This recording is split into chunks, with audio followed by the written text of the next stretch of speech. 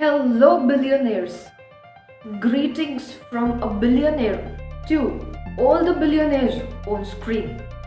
How are you? I hope you people are all well and safe in the arms of Mother Nature and in the safe health. Please be safe. Your health is the utmost priority. Where if you are healthy, you will be able to live your life happily to your fullest. Welcome to one more exciting episode of Updates Billions. In this episode, I will be sharing information about one more interesting fact that has been registered in this world, and this is very much interesting. अब अगर मैं हिंदी में ये जानकारी दूं, क्योंकि बहुत सारे ऐसे लोग हैं जो हिंदी में इस जानकारी को ज़्यादा पसंद करेंगे। चाहूँ तो मैं इंग्लिश में भी बोल सकती हूँ थ्रू आउट, लेकिन हिंदी में मैंने चेंज किया है ताकि बहुत सारे लोग इससे जुड़ पाए। कंबोडिया का एक निवासी है जिसका नाम है ओक वेंडे। वंस अगेन, कंबोडिया का एक रहवासी है ओक वेंडे, जिन्होंने कबाड़ से पूरा स्कूल बनाया हुआ है। क्या कभी सोचा है आपने दोस्तों कि कबाड़ जो हम लोग बिल्कुल यूजलेस मानते हैं कि जिसका कोई उपयोग ही नहीं है, ऐसी चीजें हम लोग फेंक देते हैं, और ऐसे कबाड़ से कंबोडिया के ये जो रहवासी हैं ओक, उन्होंने एक पूरा का पूरा स्कूल खड़ा किया हुआ है। कंबोडिया का सिल्क आइलैंड, जहां कोडाच, सिल्क आइलैंड को कोडाच के नाम से भी जाना जाता है, और कोडाच का एक गांव है रुनी, जिस पर इन्होंने ओक ने एक स्कूल बनाया है, और इस स्कूल का नाम है कोकोनट स्कूल। अब इसकी बात करते हैं आगे इसके बारे में जानकारी देते हुए। स्कूल की जो छत है उसको दूसरे मटेरियल से बना गया है, क्योंकि बारिश के दौरान स्कूल को महफूज रखना ताकि स्कूल खराब ना हो और बच्चों को भी महफूज रखा जाए बारिश से। इसलिए स्कूल की जो छत है और उसके जो स्तंभ हैं वो दूसरी मटेरियल से बनाए गए हैं, और स्कूल की जो सारी की सारी दीवारें हैं, या स्कूल का फर्श भी कहा जाए, तो स्कूल का फर्श भी सारा का सारा इस ट्रैश से बनाया गया है। ट्रैश जो कि हम लोग फेंक देते हैं, कबाड़ जिसको बोलते हैं। इन्होंने ओक ने 2013 में अपनी जॉब छोड़ दी।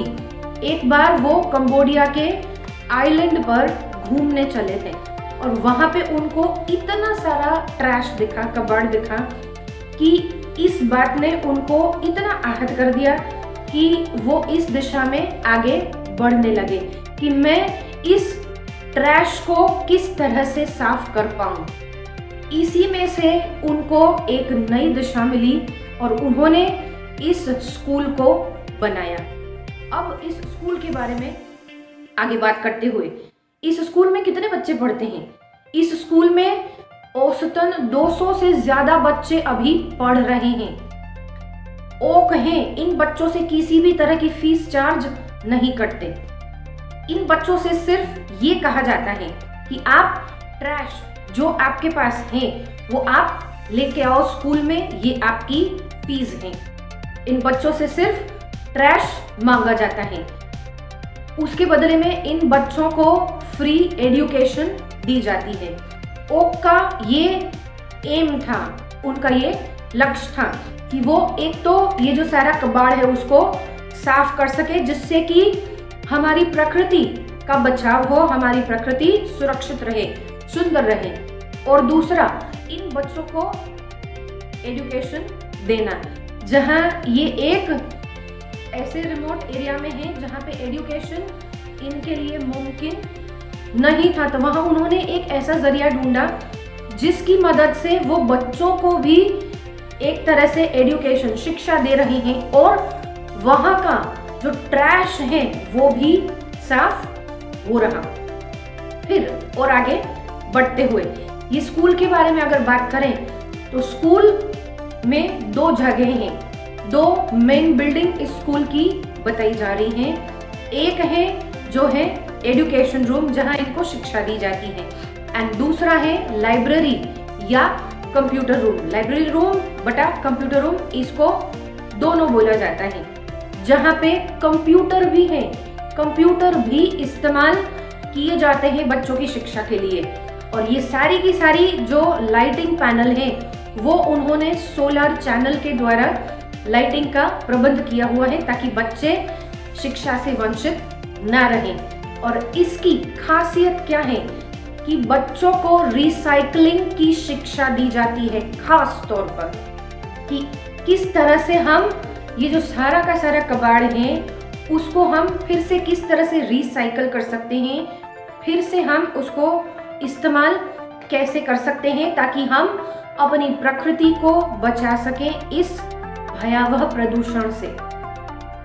उसकी तस्वीरें जो हैं वो मैं इस वीडियो के अंत में आपको शेयर करूंगी, जहां से आप लोग ये देख सकते हैं कि वो स्कूल की रचना किस तरह से की गई है। स्कूल की जो दीवारें हैं वो टायर से बनी हुई हैं, वेस्ट टायर्स जो होते हैं, जो फेंक दिए जाते हैं एक इस्तेमाल के बाद। कुछ सालों के बाद टायर की लाइफ खत्म हो जाती है, तो टायर्स से दीवार बनी है, टायर्स से उनका एक प्ले एरिया बना हुआ है, ताकि उनको जगह भी मिल पाए, हवा का प्रवाह भी आसानी से हो और रोशनी बनी रहे एक अच्छे पैमाने पर। क्योंकि जहाँ शिक्षा दी जाती है वहाँ वातावरण ऐसा होना चाहिए कि जहाँ रोशनी का अच्छे से प्रवाह हो और हवा का आवागमन भी अच्छे से हो। तो ऐसा स्कूल कभी आपने सोचा है कि ऐसा कबाड़ में से एक स्कूल भी बन सकता है? उन्होंने कबाड़ से काफी सारी चीजें बनाई हुई हैं, जिसकी पिक्चर्स मैं इस वीडियो के अंत में शेयर करूंगी। आशा करती हूँ कि आपको ये जानकारी पसंद आई होगी, और अगर ये जानकारी पसंद आए तो do like, share and subscribe the channel.